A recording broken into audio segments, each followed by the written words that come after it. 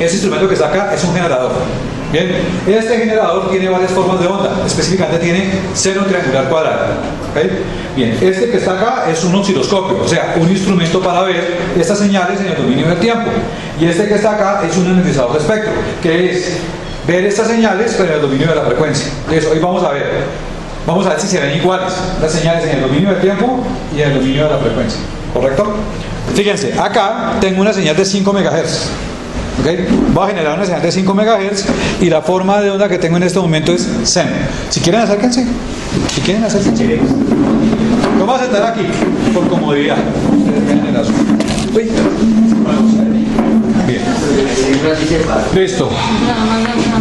Fíjense, entonces lo que voy a hacer es conectar la salida del generador a la entrada del osciloscopio. ¿Qué se observa? Una onda seno, ¿no es cierto? 5 MHz. Acá le cambiamos la forma de onda. Cuadrada. Bueno, a esa frecuencia no produce onda triangular. Vamos a trabajar con seno y cuadrada. Seno y cuadrada se cambia la frecuencia, ¿no? 5. A ver. Es que triangular no produce a 5 MHz este generador. Entonces tenemos 5 MHz. ¿Estamos de acuerdo? 5 MHz seno. Y ustedes siempre la ven así, ¿no? La famosa oscilación y todo ese tipo de cosas. De hecho, tengo aquí ya algo muy interesante. Por favor, observen la onda cuadrada. ¿Qué observan de esa onda cuadrada? A ver, vamos a bajar la frecuencia. Por ejemplo, pongámosle 1 MHz. ¿Qué observan de esa onda cuadrada? Que no está cuadrada. Que no es tan cuadrada, correcto. Fíjense acá en estos lados. ¿Está bien? O sea, en alta frecuencia este generador tiene un pequeño problema, ¿sí? Que la onda cuadrada que genera no es tan cuadrada. Verifiquémoslo en baja frecuencia, por ejemplo 100 kHz. ¿Qué opinan? ¿Sí ve acá? Trata de coger forma. ¿Sí se dan cuenta? ¿Sí? Y fíjense que la parte plana, digamos en esta área no es tan plana.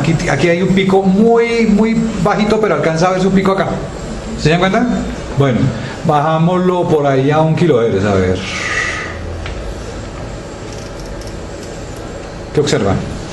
Entonces, en baja frecuencia el instrumento es bastante bueno. ¿Sí o no? Bastante bueno. Pero a medida que yo incremento la frecuencia, él comienza a tener problemas. ¿Ok? Comienza a tener problemas. Hasta ahí. Vamos a colocar nuevamente 5 MHz. ¿Qué observan de la señal a 5 MHz? Ahí se alcanza a ver, bueno, ahí un poquito. ¿Qué observan? ¿Sí se dan cuenta? ¿Pero por qué si supuestamente es una onda cuadrada? ¿Cuál es la diferencia entre una señal de 1 kilo cuadrada y una señal de 5 megas cuadrada? ¿Sí se dan cuenta? Entonces, parece ser que este señor no tiene la habilidad suficiente en producir señales de alta frecuencia cuadradas. Vamos a ver en qué consiste esa habilidad. ¿Correcto? Bueno, muy bien. Entonces, ahora yo me voy a ir para este equipo. Entonces, este instrumento se llama... Perdón. Este instrumento se llama analizador de espectro. Bien, la forma en que yo debo leer este instrumento es completamente diferente a la que hago con a la que utilizo con un osciloscopio.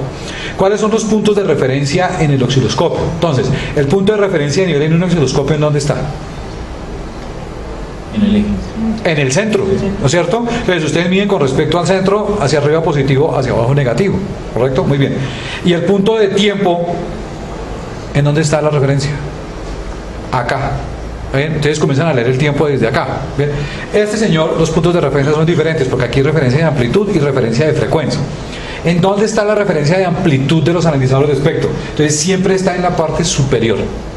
¿Listo? Siempre está en la línea superior de la cuadrícula esta que tenemos acá. Bien, y las lecturas siempre se hacen hacia abajo. ¿Listo? ¿Por qué? Porque son lecturas en decíbeles, son lecturas logarítmicas. Entonces, una diferencia absolutamente importante entre un osciloscopio y un analizador de espectro es que el osciloscopio tiene escala lineal, en voltios, por ejemplo, mientras que el analizador de espectro normalmente se utiliza con escala logarítmica. ¿Está bien? Las escalas aquí del vertical son en decibeles. ¿Ok? Bueno, primera. Segunda, la referencia de frecuencia. La referencia de frecuencia es esta línea que está acá. ¿Ok? Acá. Entonces, la referencia de amplitud acá arriba se controla mediante un botón acá que se llama Reference Level, este que está acá, nivel de referencia. Y la referencia que está acá, ¿bien? La frecuencia del centro se controla con un botón llamado Center Frequency. Entonces, con este yo puedo cambiar la frecuencia central, con este botón yo puedo cambiar la referencia de amplitud. ¿Ok? Bueno, entonces tenemos Center Frequency, acá en la pantalla indica que estamos en 5 MHz, ¿se dan cuenta? Bien, y el nivel de referencia lo tenemos en más 20 dBm, ¿sí se dan cuenta? Acá, más 20 dBm. Bueno, entonces voy a colocar, perdón. Entonces lo que yo tengo acá es una señal, a ver, vamos a cambiarla a señal seno de 5 MHz. ¿Listo? Tengo una señal seno de 5 MHz en el osciloscopio. Vamos a mirar esa señal cómo se ve acá. Pónganle cuidado. Un pico. ¿Sí se dan cuenta? Una raya, un pico. Entonces, la diferencia entre la teoría, que es que da rayitas, y la realidad es que aquí por defectos de display no se ve una raya como tal bien derechita, sino se ve es un piquito, ¿correcto? Entonces, en este momento, este pico que está acá sería la componente senoidal a 5 MHz. Esto equivale a ver esa oscilación que tenemos allá, pero de perfil. O sea, que aquí la oscilación está produciéndose así. Yo la estoy viendo aquí de perfil. ¿Ok? Entonces tenemos una componente en 5 megas. Bueno, ¿qué característica tienen las otras frecuencias que se suman allá a las que vimos en la clase pasada? De que son múltiplos, ¿sí se dieron cuenta? O eran pares o impares, o era el doble o el triple o lo que sea. Entonces lo que voy a hacer acá es colocar esta por lo menos al doble y al triple de frecuencia, a ver qué aparece en pantalla. ¿Ok? Entonces tenemos 5 megas, vamos a ponerle 10 megahertz. Miren lo que apareció. Bien, esa señal que está ahí vendrá de este amigo. ¿Cómo hago para poder comprobar eso? Voy a desconectar acá, ¿no es cierto? Miren lo que pasa. Esa pequeña componente que está ahí efectivamente viene de ese amigo. Entonces, tengo que esa señal seno que yo veo acá realmente no es una sola onda seno. Además de eso, que tiene otra pequeña onda seno en 10 MHz, ¿correcto? Ya tiene por lo menos dos componentes. Voy a irme a la siguiente, que sería 15 MHz, ¿no? 15 MHz. ¿Qué observan? ¿Sí se dan cuenta? Entonces fíjese que aparentemente eso es una señal seno, pero aquí nada más desde mi punto de vista yo veo que esta señal seno acá tiene una pequeña, no es completamente seno. Fíjese que aquí es como si fuera recta y aquí tiene su pequeño arqueo. ¿Está bien? Entonces esa señal no es tan perfecta como yo quisiera. El hecho de ser imperfecta, aquí se muestra imperfecta, ¿está bien? Pero eso realmente en la realidad, ¿qué significa? Significa que tiene otras componentes de frecuencia. Si fuera una onda seno perfecta, ¿cuántas componentes de frecuencia tendría? Una. Ella sola, la onda seno, y se acabó. No tiene por qué tener otras. ¿Estamos de acuerdo? Bueno, hasta ahí cómo vamos, ¿bien? Vamos a ver qué pasa con onda cuadrada. ¿Listo? Vamos a hacer lo mismo. Ponemos una onda cuadrada de 5 megas, miramos en 10, 15, 20 megas a ver qué pasa. ¿Listo? Entonces vamos a colocar una onda, estamos en, bueno, vamos a poner acá primero que todo 5 megahertz. A ver si es cierto que estamos mirando la de 5 megahertz. ¿Sí la ven? Tenemos la de 5 megahertz. ¿Estamos de acuerdo? Sí. 5 megas, 5 megas. Seno, ¿no? Entonces la vamos a colocarle cuadrada, miren. Ahí pasó a cuadrada, pero digamos que con cierta dificultad, ¿no? Porque está toda redondeada en los bordes, allá está redondeada, ¿correcto? Bueno, entonces vamos a mirar esa misma onda cuadrada que está generando este amigo, cuadrada, esa misma forma de onda, ¿okay? Acá. Bien, entonces tenemos en 5 megas, ¿qué se ve? Nuevamente, ¿sí ven? Una componente de frecuencia, otra vez, ¿sí o no? Bien, vamos a mirar en 10 en 15 y en 20 a ver qué sucede. Entonces tenemos 10 megahertz. ¿Qué observan? Ush, varios piquitos. Sí, pero miren aquí en 10 megas. ¿Sí? Vamos a mirar 15 megas.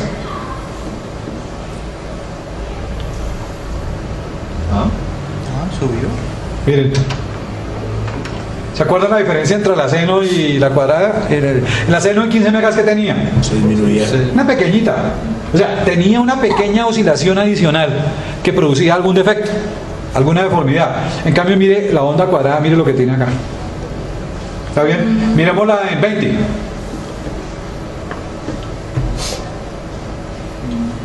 Miremosla en 25. Miremosla en 30. Miremosla en 35 megas. Miremosla en 40 megas. Miremosla en 45 megas. Miremosla en 60 megahertz. Miremosla en 65 megahertz. Miremosla en 70 megahertz. Miremosla en 75 megahertz. ¿Lo observan? Sube, baja. ¿Está bien? Que una onda cuadrada, ¿cuántas oscilaciones tiene? Muchísimas. ¿Estamos de acuerdo? Tiene muchísimas oscilaciones. ¿Ok? Bueno, entonces voy a tratar de cuadrarles el experimento a ver si nos lo deja cuadrar. Ah, no, pero aquí no, aquí no cuadra. Este equipo no da para tanto. A ver, pongámosle span. No, este no tiene suficiente span. No se puede cuadrar. Dejémoslo ahí. Bueno, ¿listo? Bien. ¿Qué opinan? ¿Cuántas componentes se observa de esa señal de 5 megas acá? ¿En dónde íbamos? 75 megas. Miren cuántas componentes tiene. Entonces, cada una de esas componentes es una oscilación, así como vimos allá en la gráfica. ¿Correcto? Bien. En una onda seno, a ver, en una onda seno en 75 megas, ¿será que hay algo? Vamos a pasarlo a onda seno. Seno de 5 megahertz. Perdón. 5 megahertz. Ahí tenemos seno de 5 megas. Miren el 75. ¿Tienen en cuenta? Vamos a mirarlo entonces de volómano, ¿no? Miremoslo en ¿qué? 70 megas, ¿no? Sí. Perdón. Estamos en el centro de frecuencia. 70 megas. ¿Qué opinan? 65 megas. 60 megas. 55 megas. 50 megas. 45 megas. 40 megas. 35. 30, 25, 20, 15. ¿Se vieron? ¿Por qué 60 apareció algo? ¿Cómo? ¿Por qué 60? Eso no es una componente de ahí, eso es lo que pasa es que hay bandas de transmisión, hay transmisores. Entonces, lo que estamos viendo es esos transmisores acá. Ah, las que están en esa frecuencia. Sí, están en esa frecuencia. Bueno, ¿qué opinan? Interesante, ¿sí vieron? O sea, esta onda aparentemente seno tiene componentes en 5, que sería la principal que queríamos, en 10 y en 15. Mientras que una onda cuadrada tiene en 5, 10, 15, hasta 75. ¿Sí se dan cuenta? Bien, entonces, fíjese que el contenido de componentes de frecuencia es diferente según la forma de onda. ¿Ok? Entonces, la forma de onda, a mí realmente, ¿qué es lo que me está mostrando? Que hay componentes de frecuencia diferentes a la primera, ¿correcto? Que hay muchas componentes de frecuencia. Bueno, entonces, eso se ve en la realidad aquí mediante el analizador de espectro. Fíjense, aquí busquemos las 5, 10, 15, 20, 25, tan componentes de frecuencia. Ahí. ¿Cómo se ven? ¿Cómo las encuentro? No se puede. ¿Por qué? Porque los grupos solamente presentan una gráfica. ¿Está bien? Una. ¿Y cuál gráfica es? La suma. Mientras que aquí puedo ver ya todos los componentes dispersos. Esto es el dominio del tiempo. Esto que está acá, dominio de la frecuencia. Conclusión. Las señales se componen de múltiples oscilaciones. ¿Está bien? La luz es un ejemplo, el sonido de mi voz es un ejemplo. ¿Está bien? ¿Por qué digo que el sonido de mi voz es un ejemplo? La música es un ejemplo. ¿Por qué? Porque dentro de mi voz hay una gran cantidad de frecuencias que la componen. De hecho, yo tengo un tipo de voz característico y cada uno de ustedes tiene un tipo de voz característico porque tiene diferentes tipos de frecuencia. ¿Está bien? Cada uno tiene su propia huella. ¿Está bien? Podemos decir que cada uno tiene su propia huella de voz. ¿De qué tipo? Espectral. Cada uno tiene sus propios componentes de frecuencia. ¿Estamos de acuerdo? Bien. Por ejemplo, la voz humana. Vamos a hacer dibujitos. Vamos a hacer un dibujo para representar la voz humana. Aquí amplitud y aquí frecuencia. A ver, primer aspecto que ustedes van a fabricar. A ver, la voz humana, desde el punto de vista de comunicaciones, ¿qué frecuencias tiene? Miren, desde aquí hasta aquí. ¿Cuáles son? Entonces, desde el punto de vista de comunicaciones o de electrónica, la voz humana, por ejemplo, para sistemas de telefonía, para enviar esa voz a distancia, telefonía, se considera que está desde... ¿Cómo? 60 Hz. No.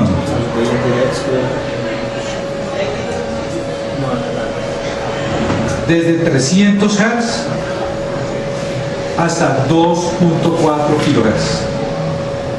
Todo esto, vamos a ponerle un dibujo para representar que todo esto se considera que es la voz humana. ¿Listo? Bien, la música. Lo que puede captar un oído humano, por ejemplo, porque los oídos de los perros captan otras cosas. Bien, lo que es la música total, o sea, voz humana más instrumentos. ¿Eso de qué frecuencia va? Entonces, esto se llama voz humana. Aquí, desde 20 Hz hasta 20 kHz. A todo esto se le denomina el sonido,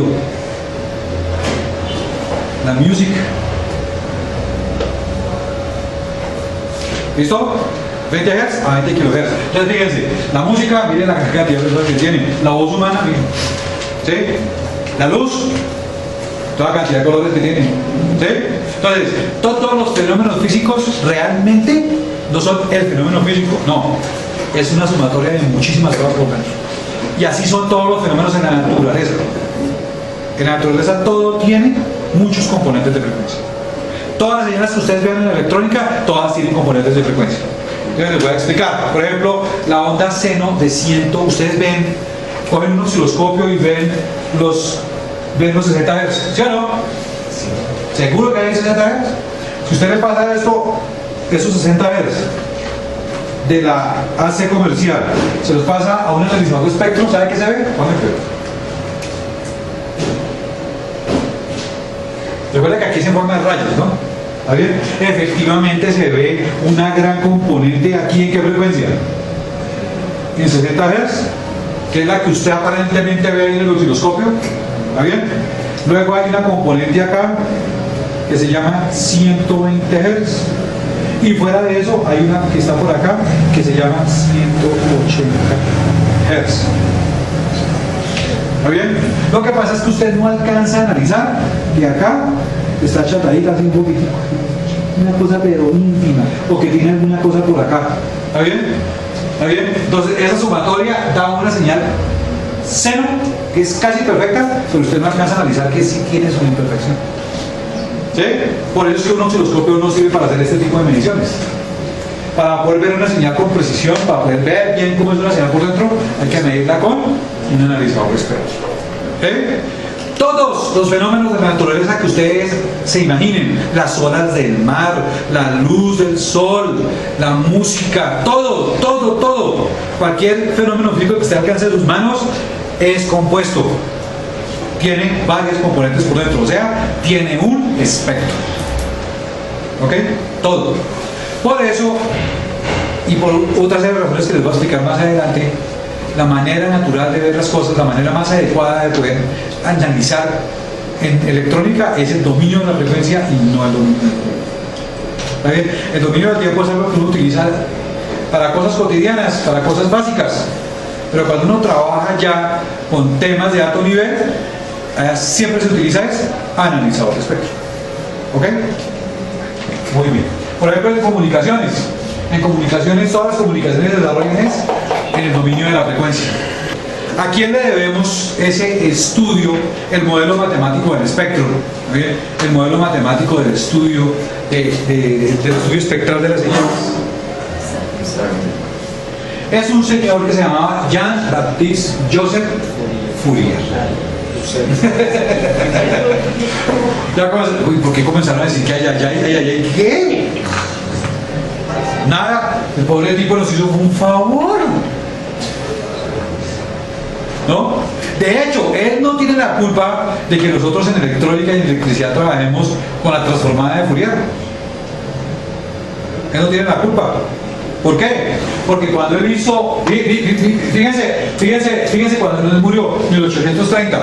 En 1830 a duras penas se había descubierto la pila, se había inventado otra la pila, y a duras penas Oersted estaba encontrando una relación entre corriente y campo magnético. O sea que no estaba desarrollada en ingeniería ni nada de esas vainas. De hecho, él no era ingeniero. Él como hobby tenía un pasatiempo muy berraco, y era la matemática. Era un matemático espectacular. Y lo que el hombre realmente hizo fue estudiar el comportamiento del calor. Ya luego vino otra persona y utilizó los estudios de Fourier y los adaptó para un problemita pequeñito que teníamos aquí en electrónica, en electricidad. ¿Sí? Fue adaptado después. ¿Sí? Pero el Fourier como tal, él no tiene la culpa de nada, pobrecito. Todos cada vez que vive Fourier, ¿no? Bueno, lo que realmente estudió Fourier fue la transferencia de calor en un cuerpo sólido. ¿Bien? De hecho, escribió un libro completo del tema, se llamaba La teoría analítica del calor. ¿Sí? Bien. ¿Cómo hizo el asunto? ¿Cómo hizo su experimento? ¿Bien? Hizo un experimento pero tenaz para poder hallar esa vaina. Una cosa absolutamente espectacular, ya les voy a contar.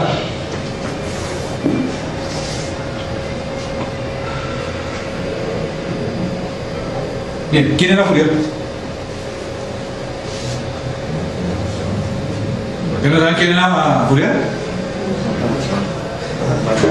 Para empezar, Fourier era barón. O sea, era noble francés que tenía títulos nobiliarios de barón. ¿Está bien?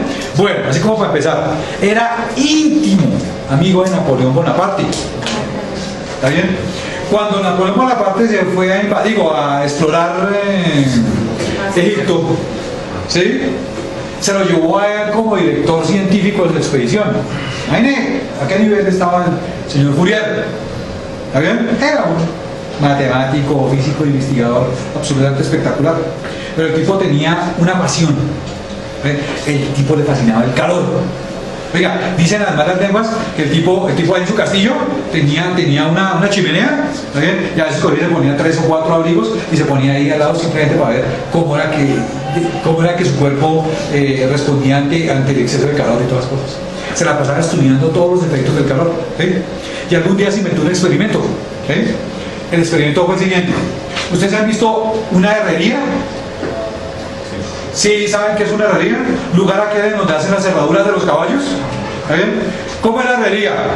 Un fogón allá que tiene allá con un fuelle allá para que queme ya un poco de carbón, ponen un poco de hierro allá que se caliente, cuando está el rojo sacan y clink, clink, clink, clink y hacen la... No, eso es una herrería. Entonces, el hombre un día estaba viendo al herrero allá fabricando, tenía ahí un pedazo de varilla así, con alguna cosa en la punta, ¿no? Bien, y cogió y vio que el herrero llegó y comenzó a calentar esta vaina, ¿sí? Aquí, fíjense bien, al rojo vivo. Claro, ustedes saben lo que significa en términos de temperatura, ¿no? absolutamente caliente, mejor dicho, dedo ahí, dedo quemado. ¿Está bien? Pero lo que le llamó la atención a Fourier fue lo siguiente. No sé si ustedes alguna vez han hecho el experimento, por ejemplo, con una cuchara. ¿Está bien? Ustedes, por ejemplo, tú le vas a dar a tu hijo un remedio, agua de panela caliente para la gripa, les coge la cuchara y le da agua de panela, y le da agua de panela, y después de un tiempo, ¿qué pasa con la cuchara? Comienza a calentar. Entonces, él veía que este loco cogía esta varilla, ahí a mano limpia y la ponía al rojo vivo, y acá, frío. ¡Frío! Pero un tiempo después, esto comenzaba a tibiarse, a ponerse más calientico, hasta que prácticamente toda la barra quedaba a la misma temperatura. ¿Está bien? Entonces, de ahí el Fourier dijo, oiga, el calor no es instantáneo. ¿Sí? A un cuerpo no le da calor de manera instantánea. ¿Está bien?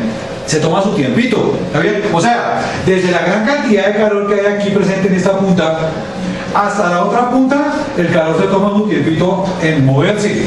Entonces el hombre creó dos cosas ahí muy interesantes, dos conceptos muy interesantes. El calor se mueve, se propaga, ¿está bien? Y se toma su tiempito, ¿está bien? Entonces se puso a hacer unos experimentos para medir cuánto tiempo se demoraba la transferencia de calor a través de un cuerpo sólido. Y eso generó un libro que se llama La teoría analítica del calor. Ese estudio que el hombre hizo, ¿está bien? ¿Cómo hizo el experimento? Chimbísimo. Una vaina absolutamente sencilla, ¿no? Miren, en las herrerías tienen una caja llena de arena. ¿Está bien? Entonces, cuando la pieza está ya bien caliente, ¿está bien? A veces cogen y dejan la pieza ahí para que se vaya enfriando, ¿está bien? Paulatinamente.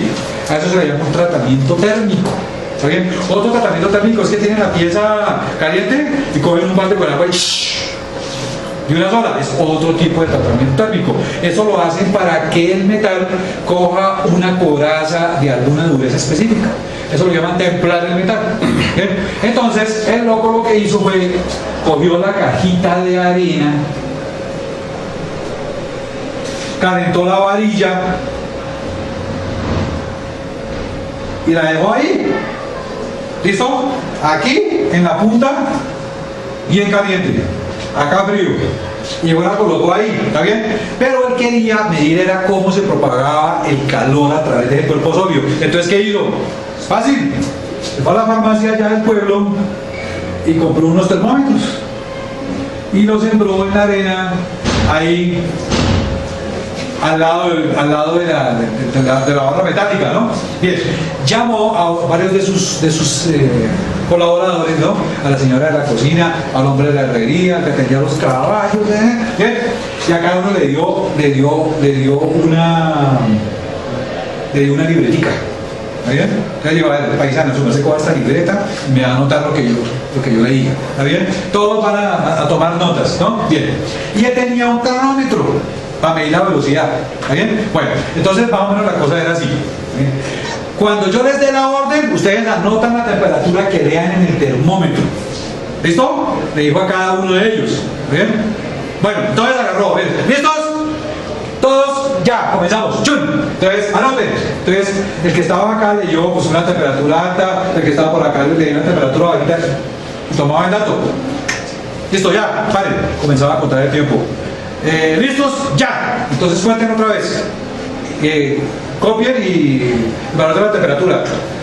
¿Listos? Ya, copien otra vez y así. A intervalos regulares de tiempo le pidió a cada uno de ellos que anotara cuál era el valor de temperatura. ¿Está bien? ¿Qué les dio? Por cada termómetro les dio una tabla con unos valores de temperatura acá, separados en el tiempo. Luego agarró, bueno, ya terminó el experimento, agarró todas las libretas de notas y se metió allá a su estudio. ¿Está bien? ¿Qué quería hacer? Entonces él dijo, lo que vamos a hacer es, vamos a encontrar una ecuación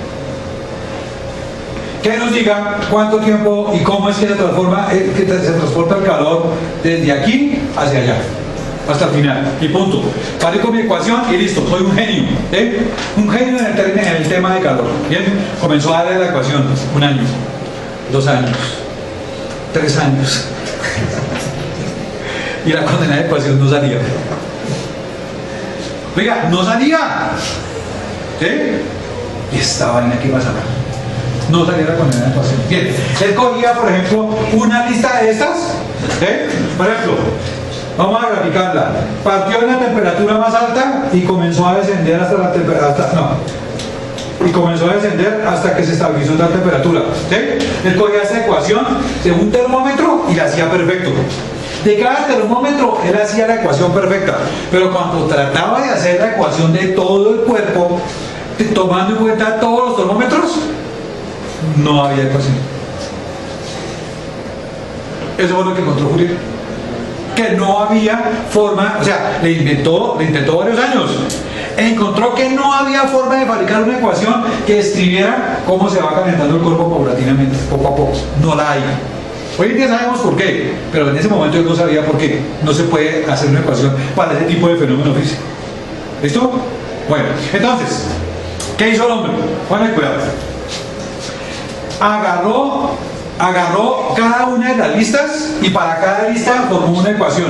La ecuación de temperatura 1, la ecuación de temperatura 2, la ecuación de temperatura 3 y así sucesivamente.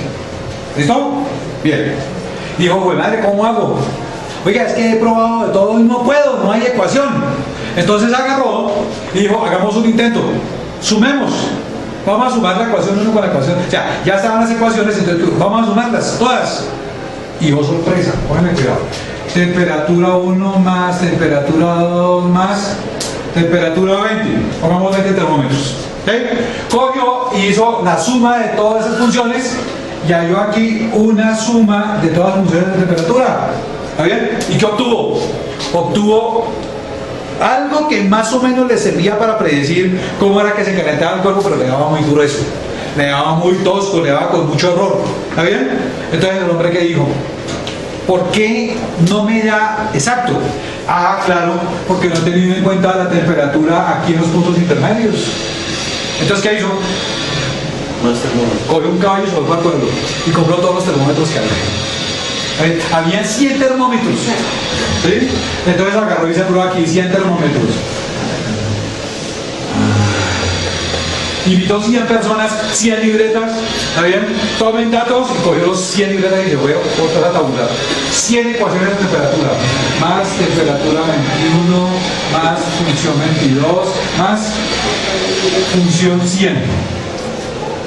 ¿Sí? Y agarró y la sumó y se puso a calcular, a predecir el tiempo. Y le dio muchísimo más exacto, pero con un error. Pero el error era más pequeño que cuando tenía solamente 20 termómetros. ¿Está bien? Entonces, hizo la función de temperatura desde el termómetro 1 hasta el termómetro 20. Luego cambió esta vaina y lo hizo hasta el termómetro 100. ¿Sí? Y se dio cuenta que a medida que aumentaba el número de termómetros involucrados, ¿está bien?, le daba más exacto, con algún error pequeño, pero le daba más exacto. ¿Está bien? Entonces, ¿qué hizo? No había más termómetros. ¿Qué hizo? Entonces comenzó a hacer una suposición matemática. Dijo, ¿qué tal que no fueran 100 termómetros, sino fueran infinitos termómetros? E hizo la ecuación suponiendo que eran infinitas funciones de temperatura y efectivamente le dio exacto. Le dio exacto. ¿Está bien? Entonces, la gran virtud de Fourier, ¿en dónde estuvo? En que se inventó un nuevo método matemático para resolver este tipo de problemitas físicos. ¿Listo? Fourier se inventó un nuevo tipo de forma matemática de hacer las cosas. Y era hacer la sumatoria de muchos eventos físicos relacionados con un todo, con ese fenómeno físico que estaba ahí. Entonces, fíjense, el fenómeno físico de la temperatura no es uno solo en total, es que muchos fenómenos de temperatura. ¿Está bien? Muchos fenómenos de temperatura. Entonces, lo que él hizo fue encontrar una nueva forma de solucionar el tipo de problemas. ¿Listo? Bueno, ¿cómo se llamó esta solución? Coger y sumar cada uno de los eventos individuales para poder hallar ya el total. A eso él lo llamó la serie de Fourier. ¿Correcto? ¿Qué es básicamente la serie de Fourier? ¿De acuerdo a lo que acabamos de hacer acá? Aquí frecuencia y aquí amplitud. En el ejemplo anterior, ¿cuál era el fenómeno físico total? Una sumatoria cuadrada. ¿Sí o no? Pero la sumatoria cuadrada, ¿realmente qué tenía? Esta componente, esta otra, esta otra, esta otra, esta otra. ¿Sí o no? Entonces, ¿qué pasa si yo sumo todas y cada una de esas componentes? Si hago una sumatoria total de esas componentes, ¿qué obtengo?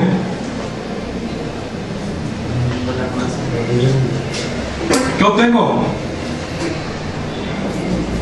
Obtengo el fenómeno físico total. Tengo la sumatoria.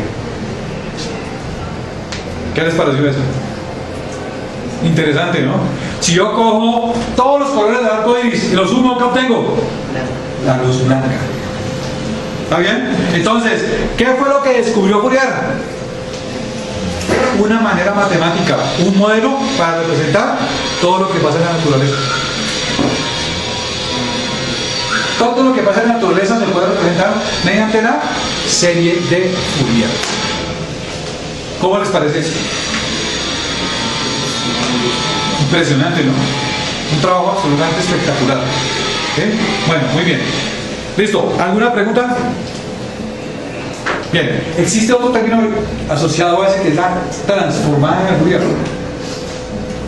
¿Sí o no? ¿Qué es la transformada de Fourier? Operación que le ponen a los chicos de la CUM para joder la existencia.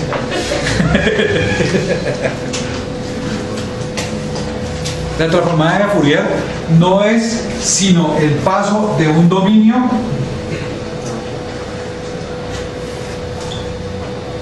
al otro.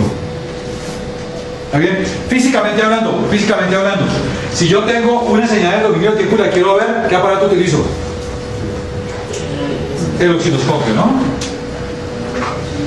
Pero si ya no quiero verla en el dominio del tiempo, sino en el dominio de la frecuencia, ¿qué hago?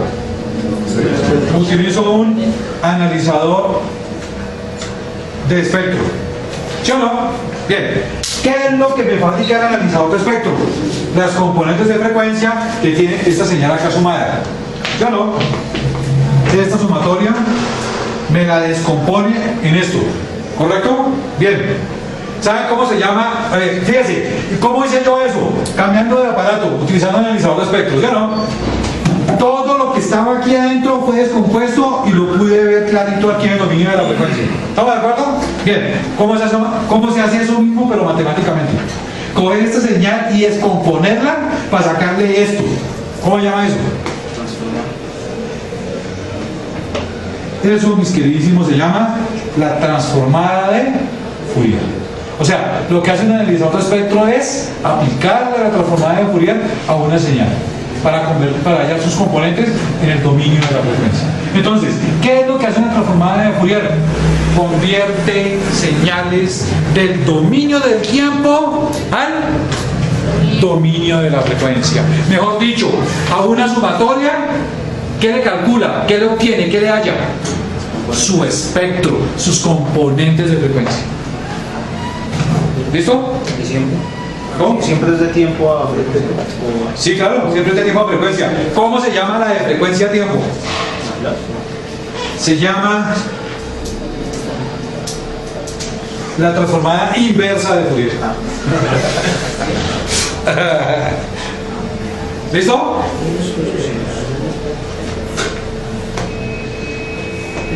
¿Estás de acuerdo? Entonces, la transformada de Fourier no es una cosa diferente a utilizar un analizador de espectro. ¿Me entienden? Es tomar la descripción matemática de la señal en el dominio del tiempo y aplicarle una integralita allá y unas cosas. ¿Para qué? Para hallar algo en el dominio del... No, y fíjense que usted lo puede analizar, es bien sencillo. Es re chimbo. Lo que pasa es que ustedes tienen algo aquí, un velo. ¿Está bien? Que cuando uno les dice matemática, entonces comienzan a hacer así. ¿Sí?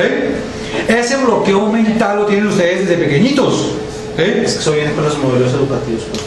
Sí. Aquí ese bloqueo no les sirve para nada. Antes es perjudicial para ustedes. Tienen que quitarse eso de una vez por todas. ¿Sí? Yo voy a hacer hasta lo imposible por mostrarles lo fácil que es esa vaina, ¿está bien? Lo ventajoso que es ese modelo, ¿sí? ¿Está bien? Ese modelo de Fourier, de las sumatorias, de las transformadas, de todas las vainas, ¿sí? Yo no me voy a poner a enseñarles a resolver el ejercicio, no. Eso lo van a hacer el próximo semestre, matemáticas especiales, y van a resolver muchísimos. Yo tengo que enseñarles ese concepto, para qué sirve esa vaina, para que ustedes cada vez que hagan una de esas y lloren, sepan por qué lo están haciendo. ¿Está bien?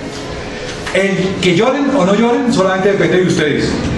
Tienen que ponerle cuidado al concepto. Cuando ustedes saben, es que miren, enfrentarse a una transformada de Fourier sin siquiera saber para dónde van, son una cosa estúpida, hasta estúpidas. ¿Me entienden? En cambio, si ustedes saben pasos básicos, yo tengo que tener una ecuación que me describa la señal del dominio del tiempo, y cuando aplique todas estas integrales y vainas de Fourier, ¿qué es lo que debo obtener? Espectro, unas frecuencias. Cuando ustedes saben eso, ya todo queda mucho más clarito. ¿Está bien? Ustedes saben de dónde parte y para dónde van, qué es lo que quieren obtener. Ahora, al revés, cogen un espectro y le calculan la inversa, qué es lo que quieren obtener. Una señal en qué dominio, en el tiempo. Una señal íntegra, una sumatoria. ¿Correcto? Una sola señal. Cuando van a hacer Fourier, parten de una sola señal. ¿Cuántas obtienen? Varias, porque son espectros, son componentes de frecuencia. ¿Estamos de acuerdo? ¿Listo? Muy bien. Bien. ¿Alguna pregunta hasta ahí? El análisis de Fourier es y el de Laplace son absolutamente vitales para la modelación matemática de la naturaleza del universo. Porque todo, absolutamente todo, está hecho de componentes. ¿Sí? Entonces, si ustedes parten de la ecuación que define el fenómeno físico en el dominio del tiempo, que es lo más fácil que ustedes ven, y obtienen que su composición real en el dominio de la frecuencia, su espectro. ¿Está bien? Cuando aplican transformada de Fourier, siempre obtienen un espectro. ¿Quién tuvo la culpa de la aplicación? ¿Está bien? ¿Quién tuvo la culpa de la aplicación de las teorías de Fourier en electricidad y electrónica? ¿Está bien? Ahí lo tienen. Se llamaba William Thomson. Primer valor de Kelvin. En la ciencia lo conocen como Lord Kelvin. ¿Se me va hablando de los grados Kelvin? Era un científico absolutamente refamoso. ¿Sí? Era el director de la Royal Society, que es la academia más prestigiosa de ciencias de Inglaterra, en la época de la reina Victoria. ¿Está bien? Y en esa época, a la reina y a un consorcio de empresas en Norteamérica se les dio la flamante idea de comunicar más rápidamente Inglaterra con Estados Unidos, con las excolonias. Entonces tengo por aquí Estados Unidos, Centroamérica, por aquí está Colombia, bien, y por aquí tengo unas islitas. Bien, ¿cómo era la comunicación en esa época, a finales de los 1850, por ahí? ¿Está bien? ¿Cómo era la comunicación desde aquí hasta aquí? Barco.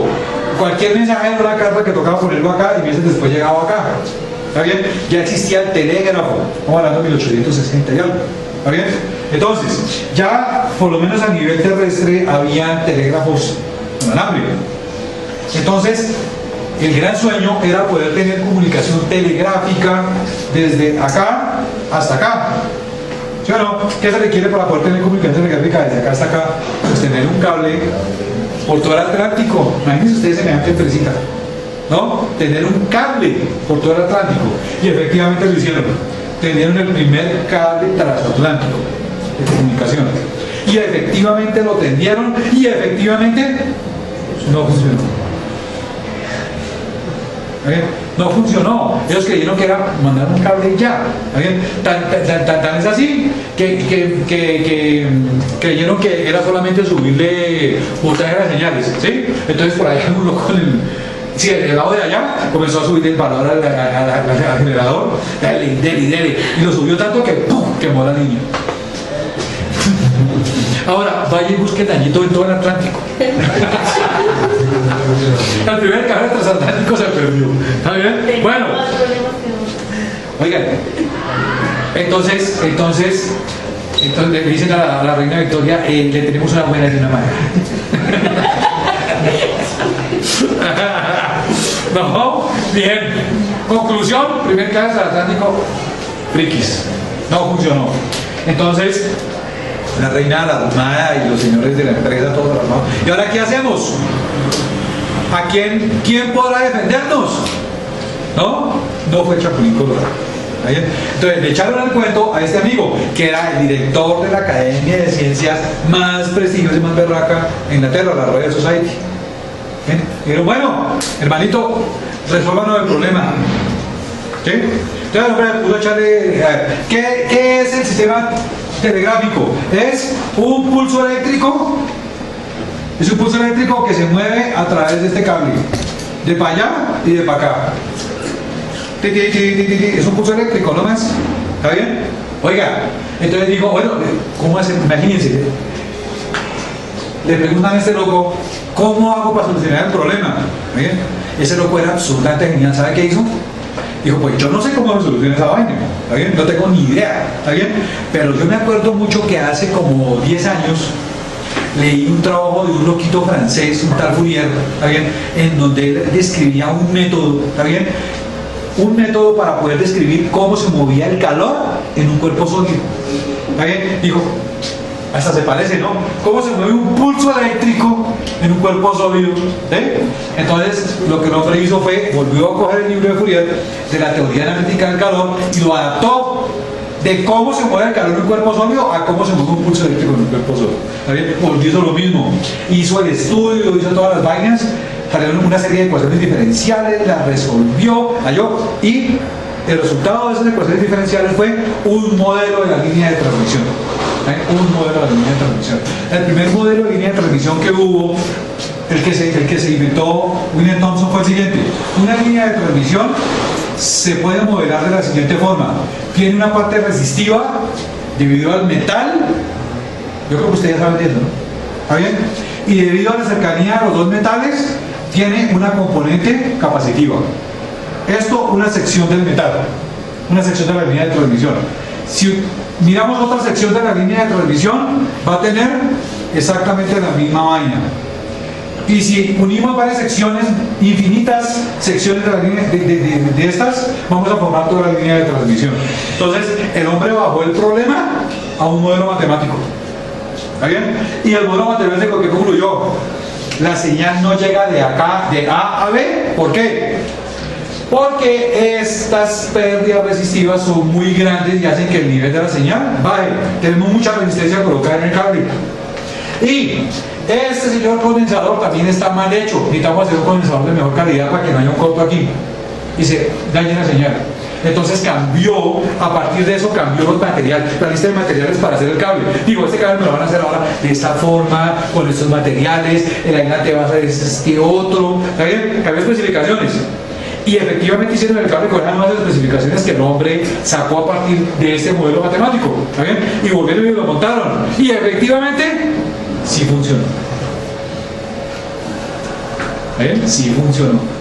¿Está bien? Miren el poder de un modelo matemático. ¿Está bien? ¿Cómo logró resolver un problema que nadie nunca antes había resuelto? Nadie nunca antes había tenido un cable transatlántico para experimentar. ¿Sí? Interesante, ¿no es cierto? Bien.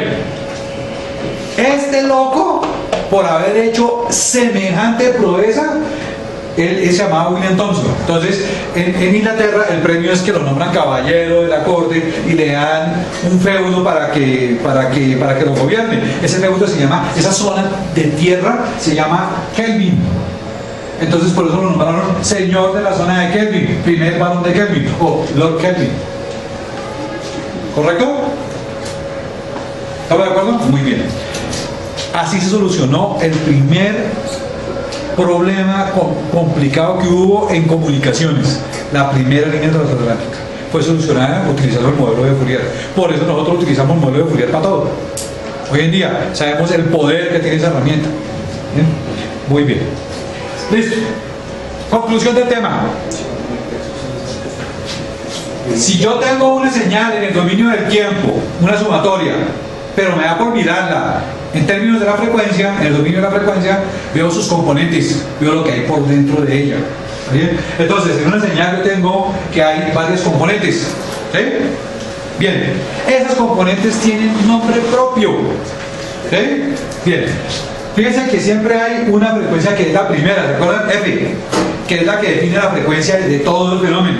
Si ustedes se dan cuenta, la sumatoria siempre tiene una frecuencia igual a la primera componente. ¿Sí ven en las gráficas? Bien, entonces, a esa frecuencia que es la que define la frecuencia de toda la sumatoria, de todo el grupo, a esa componente de frecuencia, a esa componente del espectro, la vamos a llamar la componente fundamental. Esa es la fundamental. Entonces, todo espectro debe tener una primera componente que se llama la componente fundamental. Bueno. Luego de la fundamental habían otras componentes.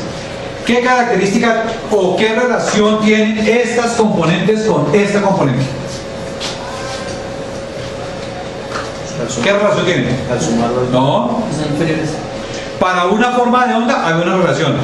Para otra forma de onda había otra relación. ¿Cuál era? Para una forma de onda esta era 3 veces esta, 5 veces esta, 7 veces esta. Para otra forma de onda era 2 veces esta, 4 veces esta, 6 veces esta. ¿Qué relación hay entre estas y esta? ¿De acuerdo a la forma de onda, qué relación hay en general? Que a veces son pares y a veces son impares con respecto a esta. ¿Cómo puedo resumir eso? ¿Qué es ser par o ser impar? ¿Qué es ser 2 veces la frecuencia, 3 veces la frecuencia, 4 veces la frecuencia, 5 veces la frecuencia? ¿Qué es ser eso? Múltiplo. ¿Sí o no? Ser 2, 3 o 4 veces algo es ser múltiplo de algo. ¿Sí o no? Entonces, la característica que tienen estas componentes, esta, es que son múltiplos. ¿De quién? De la fundamental. Bien. Y a toda frecuencia que sea múltiplo de la fundamental. Ahora, cualquier múltiplo, ponle cuidado. 2, 3, 4, 5, 6. Es múltiplo, pero ¿de qué tipo? ¿Cuál es todo eso? Entero. ¿Está bien? Entonces, desde que sea múltiplo entero de la fundamental, o sea, el doble, el triple, el cuádruple, 5 veces, 6 veces, desde que haya componentes de frecuencia de ese tipo con respecto a la fundamental, a estas componentes múltiplos enteros de la fundamental les vamos a asignar el siguiente nombre: armónicos.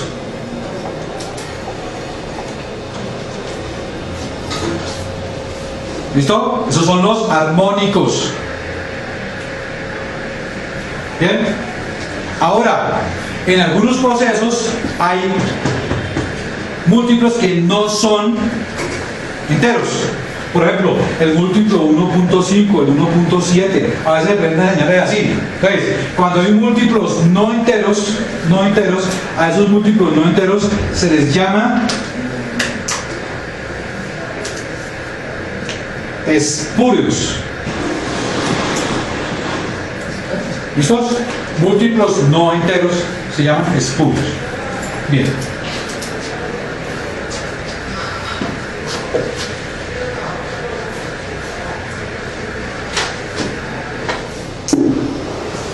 Conclusión.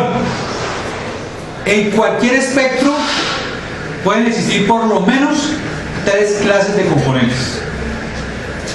Componentes del espectro.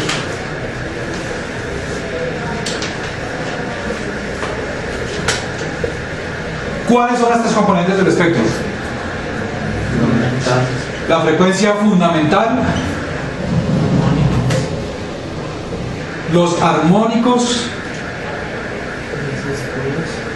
y los espurios. ¿Estamos de acuerdo?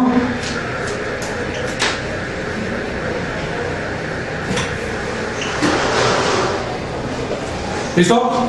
Bien. A la frecuencia F, ¿cómo le llama? Fundamental. A ese que está aquí, ¿cómo le llama? A 2F, armónico, ¿cuál?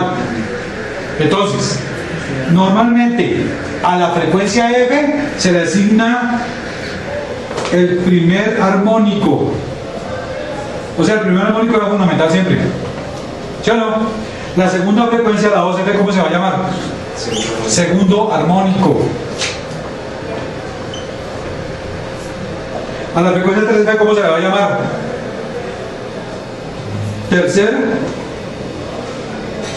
armónico. A la 4F, y así sucesivamente. Cuarto armónico, quinto armónico, sexto armónico. Y los espectros tienen diferentes cantidades de armónicos. Hay unos que tienen muchos armónicos, otros que tienen poquitos armónicos. ¿Listo? Recuerden, el segundo armónico es 2F. ¿Bien? El primer armónico es siempre la fundamental. ¿Bien?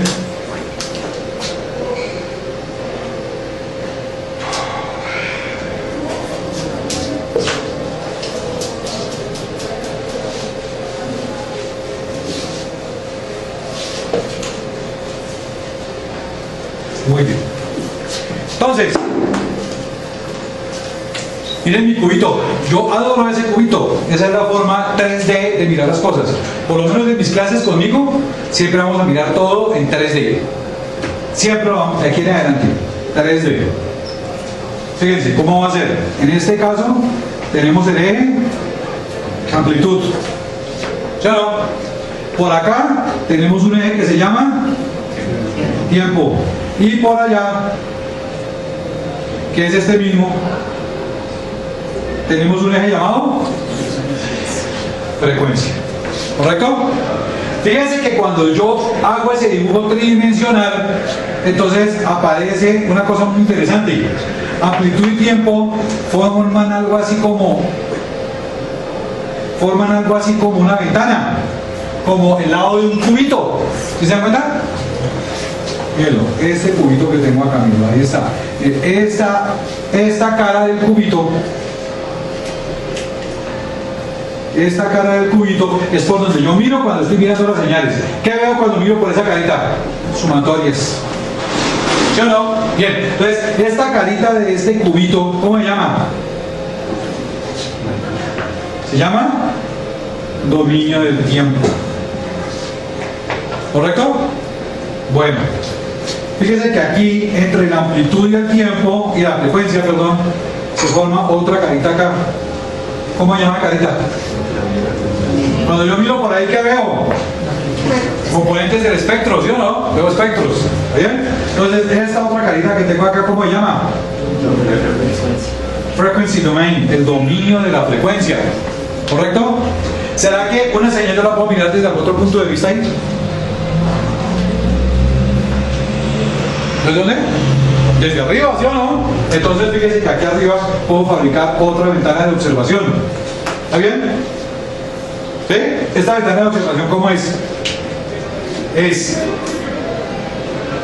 tiempo versus frecuencia. ¿Sí o no? Bien, ¿cómo se llama esta carita de observación? ¿Cuál es tiempo versus frecuencia? A esta ventanita de observación se le denomina el dominio de la modulación.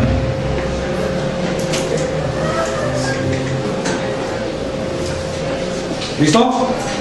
Entonces, cuando yo voy a analizar sistemas o señales en general en electrónica, tengo por lo menos 3 puntos de vista.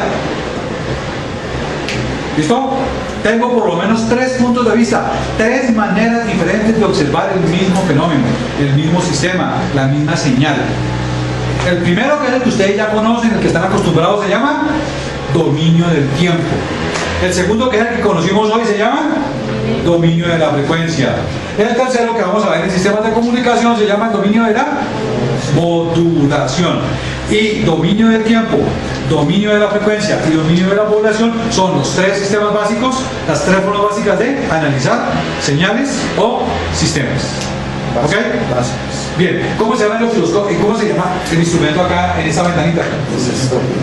Este se llama osciloscopio. ¿Cómo se llama el instrumento aquí en esta ventanita? Analizador de espectro. ¿Cómo se llama el instrumento aquí en esta ventanita? Se llama analizador de redes. ¿Cómo se llama el gráfico que se obtiene en esta ventanita? Forma de onda. Se llama forma de onda, de onda. Listo. ¿Cómo se llama la gráfica que obtengo en esta ventanita? Espectro. Se llama espectro. ¿Cómo se llama la gráfica que obtengo en esta ventanita? Se llama espectrograma. ¿Listo? Espectrograma.